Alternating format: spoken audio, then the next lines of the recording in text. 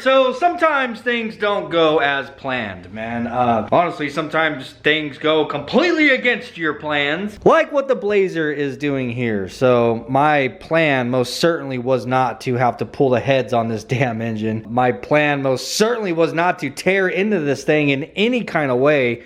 Because if I wanted to do upgrades like cam and stuff like that, if I'm gonna go that far as to tear into this damn engine. Long story short, I need to pull one of the heads off, but actually I'm getting ahead of myself. Let me show you why. So you guys remember that we had a leak? Well, I got back on 4th of July, the night of, came out here and continued trying to diagnose it. I hooked up my pressure tester 9000, and whenever you pump this thing up, you guys probably can't hear the hissing coming from the back of the engine over the sound of the actual pump. But there is very clearly a leak on the back. So under further inspection, it is most certainly in an area that I'm not going to be capable of showing you guys with the camera, but I could show you one of the ones on the front. You see that right there? That circle in the side of the head? That is a freeze plug, and you see how easy it is to access that one. Hell, it wouldn't even be terrible to access that one. Honestly, this one right here is even slightly more accessible than the one on that back freaking corner, man. That is the hardest one to get to. That is the one that is leaking. I think it costs like 25 cents. It's like one of the cheapest things that you can freaking replace on your damn engine. To get to it, I have to just about tear apart absolutely everything that we have done over the last month. So to get to that freeze plug, I need to pull this damn head off. In order to pull this head off, I need to remove my steering shaft. In order to get the header out of the way, I need to remove the valve cover and all of the coil packs. All of our wiring is running up right here. I would need to get that out of our way, disconnect all the fuel system. Not to mention, our alternator and power steering bracket is directly bolted to that head. Not to mention, once we get all of that out of the way, I now need to pull the head. Oh, the intake manifold. The intake manifold also has to come off, and everything associated with the intake manifold, anything connected to it. Now, in order to put everything back together, I need a new head gasket. I need new head bolts. Obviously, I gotta go get freeze plugs. Like, all of that just to replace that damn freeze plug, bro. See, the problem is just getting to it. Accessing it. Not to mention, if I'm gonna take this head off and put a new head gasket, new head bolts and all that stuff, why would I want to do that to this head that has like 180,000 miles on that gasket and then not do it on this side? Like, it would just make sense to do both at the same time. There's not a winning scenario here. There's just not. So I think that I have come up with an idea. I don't know if it's gonna work. We're gonna test it. We're gonna see if it's gonna work. So this is one of a set of spare heads that we have here at the house. Aftermarket heads for an LS, like billet heads or just aftermarket heads in general, they do not come with this freeze plug. They're completely gone. And what a lot of guys will do with their stock heads is they'll actually either tap this and put in one of those threaded block offs, like what you would see in like an oil galley or an oil port. You'd see the threaded ones that thread in. A lot of guys will do that, or they'll just flat out weld these shut completely, just completely eliminating them. In which, if I do stick with the stock casting head, that is my future plan, is just to go ahead and weld these shut. And the reason being is it can be dangerous, especially whenever you apply nitrous or you turbo one of these engines. You run into the danger of over pressurizing your cooling system, you know, whether it's from popping a head gasket or whatever it is. There's many causes that can lead to you over pressurizing your cooling system and popping freeze plugs out. Antifreeze or water getting underneath your tire if you are doing something like racing or whatever, man, that could be extremely dangerous, catastrophically dangerous, you know what I'm saying?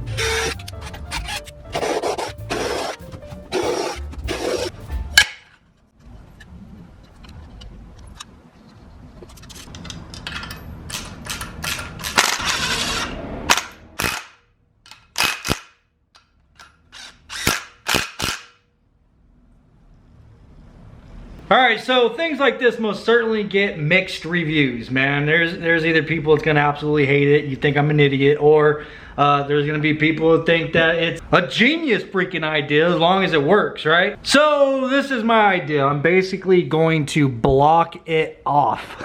So I made a plate, and this is relatively thick. This is the thickest aluminum I have at the house right now. Yeah, that's 1/8 inch. That's an 1/8 inch piece of aluminum. As you guys seen, I just made a template, cut it out to where it'll fit on the side of the head, and drilled the 4 holes for the bolt holes. If you notice this hole, this bolt right here is a little bit smaller because if I used one of these larger headed bolts down here, it actually crossed the flat edge of the head. So I figured that'd be a problem. So I used a smaller headed bolt right there. And then I had to cut these ones down. These ones are all too long. I had to actually cut about 1/2 inch off of all 3 of these bolts for them to work, but with a large washer behind it just to really maximize the pushing pressure on this piece of plate. Now, the idea here is I'm going to reach back there on the head that's on the truck, and I'm going to clean it really well with a rag and some alcohol, and then reach back there with a light piece of sandpaper and just kind of scuff the area.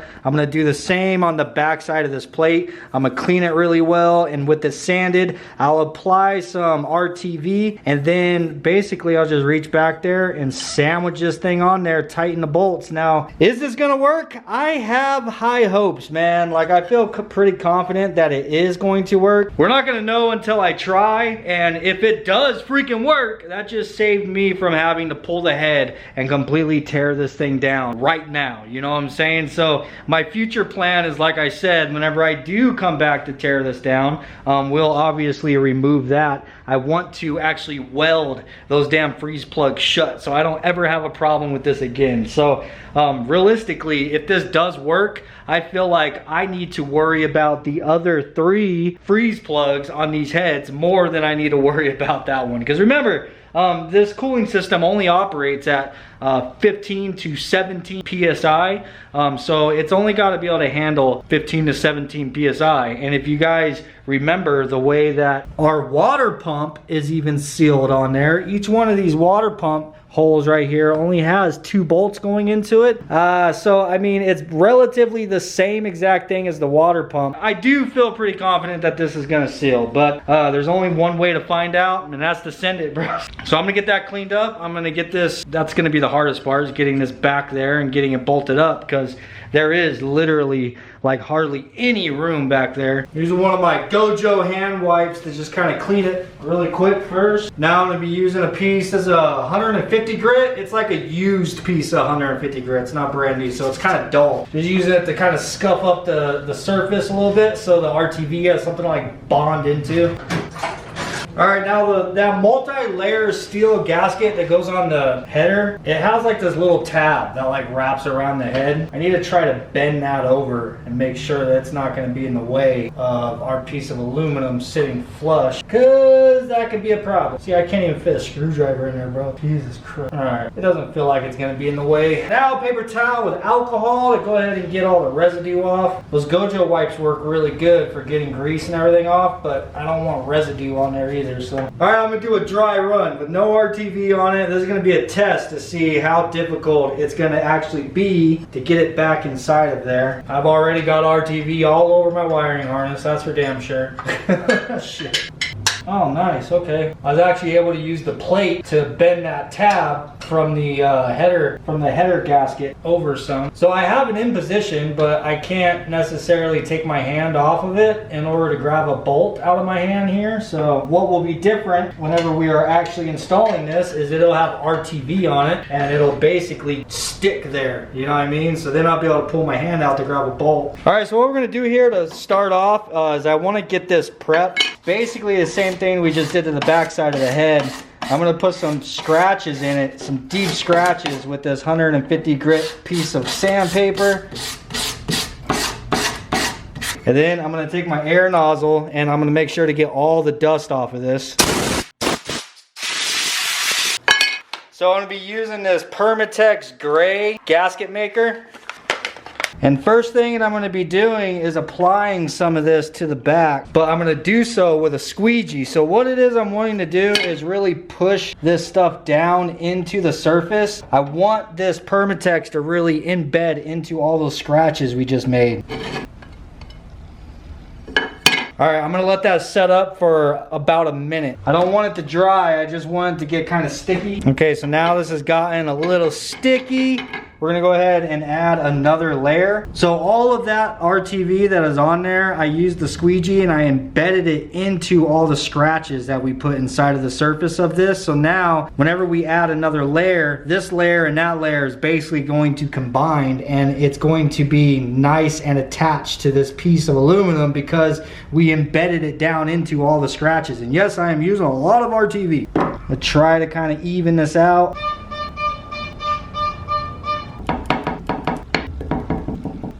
Put all my bolts up here so they are ready and within reach. I'm allowing this to just kind of tack up a little bit, and then we're sending it, bro. God, I hope this works.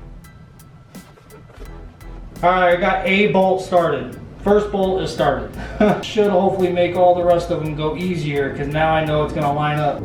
And I wish I could keep all the damn sweat out of my eye. My whole arm is burning because I'm tearing my skin up all over the place. I wish I had cut these bolts a little bit shorter.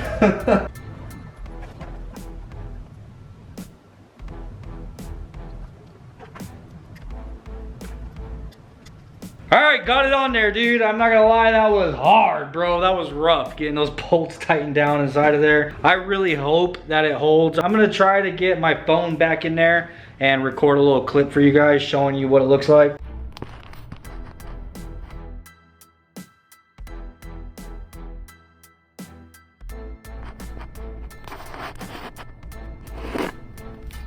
So yeah, put it in the comments down below how well you think it's gonna work, man. I'm gonna let this dry. That RTV, it says this thing needs 24 hours to dry. I'm probably not gonna wait an entire 24 hours, but I am gonna give it until tomorrow. I got it on there at 6 p.m., so I'm not waiting till tomorrow at 6 p.m. It's probably tomorrow at, 8, 9 o'clock in the morning, dude. We're gonna go ahead and try it and see if it'll hold pressure. Put it in the comments down below whether you think it's gonna work. Get it or not, bro. If it works, it freaking works. You know what I'm saying? I hope you guys enjoyed this little video. I'll have a video up tomorrow letting you guys know whether or not this worked. You know what I'm saying? I'm gonna bring you guys along with me, putting some coolant in this thing, and hopefully it holds pressure and we don't have any leaks. So I'll see you guys tomorrow. I hope you're having an amazing weekend. Smash the like button. Peace out, and I'll see you guys then.